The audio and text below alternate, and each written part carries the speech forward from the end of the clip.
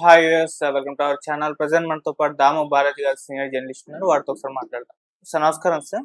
నమస్తే. సార్, పాకిస్తాన్ లో అడియాలా జైలు వద్ద ఆందోళన పరిస్థితి నెలకొంది. అంటే ఇమ్రాన్ ఖాన్ కోసం మద్దతు తెలుపుతున్న ఒక ముఖ్యమంత్రి పైనే అక్కడ ఆర్మీ వాళ్ళు అటాక్ చేశారు. అతన్ని ఈడ్చుకొని లాక్కొని వెళ్లిపోతున్న విజువల్స్ అన్ని కూడా ఇప్పుడు వైరల్ అవుతున్నాయి. అంటే ఇమ్రాన్ ఖాన్ ఇప్పటికీ కూడా బతుకున్నాడా చనిపోయాడా అన్నది ఇప్పటికి కూడా ఒక ఉత్కంఠ అయితే ఉంది. ఆయన కోసం అయితే ఇలా ఆందోళన అయితే చేస్తున్నారు. మరి ఆందోళన చేస్తున్న ఒక ముఖ్యమంత్రి పైన ఇలా దాడులు చేయడం ఏంటి? అసలు పాకిస్తాన్ లో ఎలా ఉంది అని చెప్పేసి మాట్లాడుకుంటున్నారు. అసలు ఏం జరుగుతుంది, మరి ఏం జరిగింది? సో దీన్ని ఎలా చూడాలంటారు సార్? ఇప్పుడు ప్రపంచవ్యాప్తంగా పాకిస్తాన్‌లో అల్లర్లు కావచ్చు, పాకిస్తాన్‌లో ఇమ్రాన్ ఖాన్ జైల్లో చనిపోయినాడనే వార్తలు గుప్పుమంటున్నాయి. ఇప్పుడు లేటెస్ట్‌గా ఈరోజు మార్నింగ్ నుంచి ఒక వీడియో వైరల్ అవుతుంది. అదేంటంటే పాకిస్తాన్‌లో ఒక స్టేట్‌కి చీఫ్ మినిస్టర్‌గా ఉంటున్న షోహైల్ అఫ్రీది ఆయన్ను పోలీసులు లేకపోతే మిలిటరీ వాళ్ళు అత్యంత దారుణంగా డీల్ చేసి ఆయన కింద పడేసి తొక్కి, లాగి ఇలా చేసిన విజువల్స్ ఇప్పుడు బయటకొచ్చాయి. ఆ తర్వాత ఆయన మీడియాతో మాట్లాడాడు. ఈ దేశంలో పరిస్థితి మీరే చూశారు కదా, మీకు తెలియాలని నేను కూడా భరిస్తున్నాను ఇవన్నీ. ప్రపంచానికి తెలియాలి, పాకిస్తాన్ ప్రజలకు తెలియాలి, ఇక్కడ ప్రభుత్వం ఎలా ఉంది, ప్రతిపక్షాలని ఎలా డీల్ చేస్తుందని తెలియాలనేది ఆయన చెప్తున్నాడు. అసలు ఏం జరిగింది దీంట్లో? ఈయన ముఖ్యమంత్రిని పోలీసులు ఇలా డీల్ చేయడానికి కారణాలు ఏంటి అనేది చూసుకున్నప్పుడు ఇమ్రాన్ ఖాన్ పాకిస్తాన్కి ప్రధానమంత్రిగా పనిచేశాడు 2018 నుంచి 22 వరకు. ఆయన 2018కి ముందు పాకిస్తాన్ తెహ్రీక్ ఈ ఇన్సాఫ్ అనే ఒక పార్టీ, పీటీఐ అంటారు దాన్ని, పీటీఐ అనే పార్టీని ఆయన స్థాపించి 2018లో ఆయన ఎన్నికల్లో గెలిచాడు, అధికారం చేపట్టాడు. అయితే 2018 అక్టోబర్లో ఆయన అసీం మునీర్ని ఒక డీజీఐఎస్ఐ అంటే ఇంటర్ సర్వీసెస్ ఏజెన్సీ అంటారు, ఇంటెలిజెన్స్ ఏజెన్సీ ఐఎస్ఐ అనేది. మన దేశంలో టెర్రరిజానికి ప్రధాన కారణం ఐఎస్ఐఏ, అది మనకు అందరికీ తెలుసు. ఈ ఐఎస్ఐకి డీజీని చేశాడు ఇమ్రాన్ ఖాన్. ఎవరిని? అసీం మునీర్ని. డీజీ అంటే డైరెక్టర్ జనరల్ని చేశాడు. దానికి కారణం ఏంటంటే అప్పుడు సిఓఏఎస్ అంటారు. సిఓఏఎస్ అంటే చీఫ్ ఆఫ్ ఆర్మీ స్టాఫ్, అంటే ఆర్మీ చీఫ్గా ఉంటున్న జావేద్ బాజ్వా రికమెండేషన్తో ఈయన్ని ఆ పోస్ట్లో పెట్టాడు. అయితే అసీం మునీరు ఇమ్రాన్ ఖాన్ ఫ్యామిలీ మీదని నిఘా పెట్టి వీళ్ళ కరప్షన్ ఛార్జెస్ మీద, ఇటు బుస్రా బేబీ అంటారు ఇమ్రాన్ ఖాన్ భార్య, అట్లాగే వాళ్ళ చెల్లెళ్ళు అలిమా ఖాన్, ఉజ్మా ఖాన్, నోరీన్ ఖాన్, వీళ్ళ మీద కరప్షన్ ఫైల్ తయారు చేసి ఇమ్రాన్ ఖాన్ టేబుల్ మీదకే తీసుకెళ్ళాడు. దాంతో తన సొంత భార్య, తన సొంత చెల్లెల మీద కరప్షన్ ఫైళ్లు తయారు చేశాడు అనే కోపంతో ఆయన్ని నియమించిన 8 నెలలకే 2019 జూన్లో ఆ పోస్టు నుంచి తొలగించాడు. దాంతో అసీం మునీర్ ఇమ్రాన్ ఖాన్ మీద కక్ష కట్టుకున్నాడు. తనకున్న మిలిటరీ పవర్స్లో సంబంధాలను కానీ, అట్లాగే రాజకీయ సంబంధాలను కానీ ఉపయోగించుకొని అతను ఏం చేశాడంటే, ఈ నవాజ్ షరీఫ్ ఫ్యామిలీతో తనకున్న సంబంధాలను ఉపయోగించుకొని, అంటే మాజీ పాకిస్తాన్ ప్రధానమంత్రి ఉపయోగించుకొని తను తర్వాత కాలంలో ఈ ఎలక్షన్ని రిగ్గింగ్ చేశాడు. 2022లో రిగ్గింగ్ చేసి కాన్స్టిట్యూషన్ మార్చి తను మళ్ళీ పదవులకు వచ్చి తను చీఫ్ ఆఫ్ ఆర్మీ స్టాఫ్ అయిపోయాడు. తన ఎలక్షన్లో కూడా రిగ్గింగ్ జరిపి ఇతని మీద ఫస్ట్ ఏం చేశాడు, పార్లమెంట్లో ఇతని మీద నో కాన్ఫిడెన్స్ మోషన్, అవిశ్వాస తీర్మానం ప్రవేశపెట్టి తనని తొలగించి ఎన్నికలు వచ్చేటికి చేశాడు. ఎన్నికల్లో కూడా రిగ్గింగ్ చేసి ఇమ్రాన్ ఖాన్కే మెజారిటీ వచ్చినా కూడా ఇమ్రాన్ ఖాన్ని ఓట్లని ప్రకటించకుండా రిగ్గింగ్ చేసి తన షహబాజ్ షరీఫ్ని ప్రధానమంత్రి చేసి తను చీఫ్ ఆఫ్ ఆర్మీ స్టాఫ్గా వెళ్ళిపోయాడు. సో ఇప్పుడేం చేశాడు, ఇతని మీద కేసులు పెట్టించి ఒక సెడిషన్ కేసు, అంటే రాజద్రోహం కేసు, కరప్షన్ కేసు, తర్వాత అఫీషియల్ సీక్రెట్స్ యాక్ట్ కింద ఇతను పాకిస్తాన్కి సంబంధించిన రహస్యాల్ని భారతదేశానికి మిగతా దేశాలకు అమ్మేశాడని చెప్పి ఇటువంటి ఆరోపణలతో 200 ఆరోపణలతో చేసి అతన్ని 2023 ఆగస్టు నుంచి అడియాలా జైల్లో పెట్టేశాడు.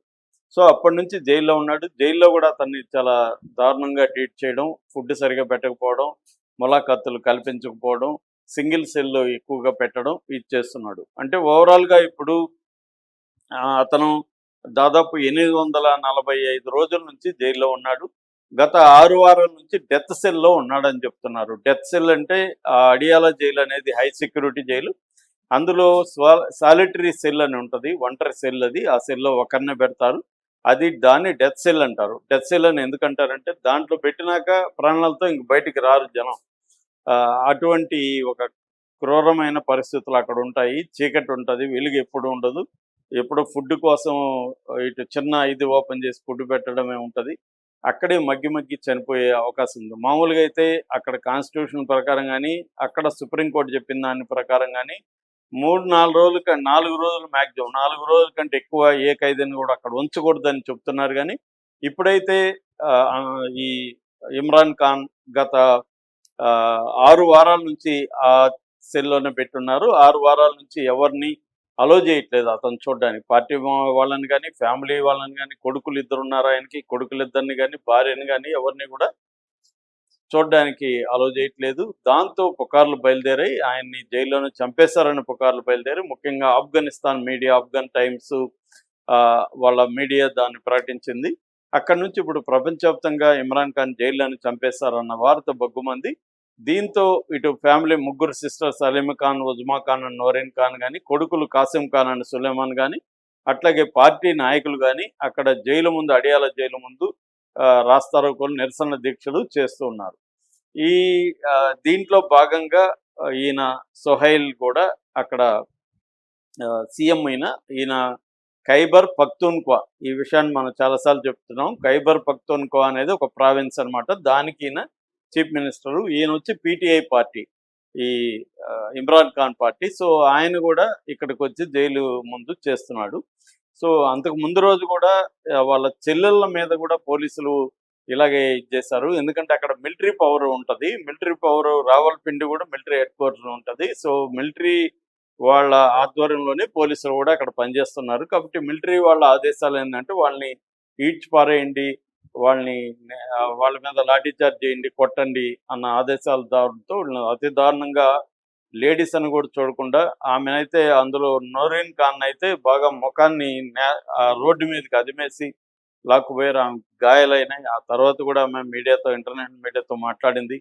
మా అన్నని చూపించట్లేదు వాళ్ళు, 6 వారాలుగా అతను ఏమయ్యాడని తెలియదు, డెత్ సెల్లో పెట్టున్నాడని మాకు వార్తలు వచ్చాయి. సో ఇది రాజ్యాంగ ఉల్లంఘన, మానవ హక్కుల ఉల్లంఘన అని వాళ్ళు చెప్తున్నారు. ఇప్పుడు ఈయన సొహైల్ని కూడా ఇలా చేయడం, ఒక ముఖ్యమంత్రి, సిట్టింగ్ ముఖ్యమంత్రిని పోలీసులు ఎంతో దారుణంగా చేశారు అనే వార్త ఇప్పుడు ప్రపంచవ్యాప్తంగా వైరల్ అవుతుంది. దీని మీద ఆల్రెడీ మోడీకి కూడా అప్పీల్ చేస్తున్నారు వాళ్ళు. మోడీ ఇంటర్వ్యూని కావాలని మోడీ కూడా ఇండైరెక్ట్గా ప్రెజర్ తీసుకొచ్చే అవకాశం ఉంది. అందుకనే మన దేశంలో మీడియా కూడా పాకిస్తాన్ వ్యవహారాలు, ఇంతకుముందు అయితే ఇవన్నీ ఇంత ఇదిగా మన వాళ్ళు ప్రచురించేవాళ్ళు కాదు. బట్ మనకి ఆపరేషన్ సింధూర్ తర్వాత పాకిస్తాన్లో చిన్నది జరిగినా కూడా ఇక్కడ మీడియా పట్టించుకుంటుంది. ఆ యాంగిల్లో ఇప్పుడు ఇక్కడ కూడా పెద్ద ఎత్తున దీని మీద చర్చ జరుగుతుంది. అంటే ఒక ముఖ్యమంత్రి మీదనే పాకిస్తాన్ పోలీసులు దాడి చేసి కొట్టారంటే ఇంకా ఆ దేశంలో మానవ హక్కుల పరిస్థితి ఏంటి అనేది అర్థమవుతుంది. ముఖ్యంగా ఇమ్రాన్ ఖాన్కి సంబంధించిన ఎవరిని కూడా పార్టీలో ఉన్న వాళ్ళని ఎవరిని కూడా ధర్నాలకు కానీ, రాస్తాలో వాళ్ళ నిరసన తెలియజేసే హక్కుని లేకుండా చేయడం. ఎందుకంటే గత సంవత్సరం మేలో, నవంబర్లో దేశవ్యాప్తంగా ఆందోళన చేయగలిగారు వాళ్ళు.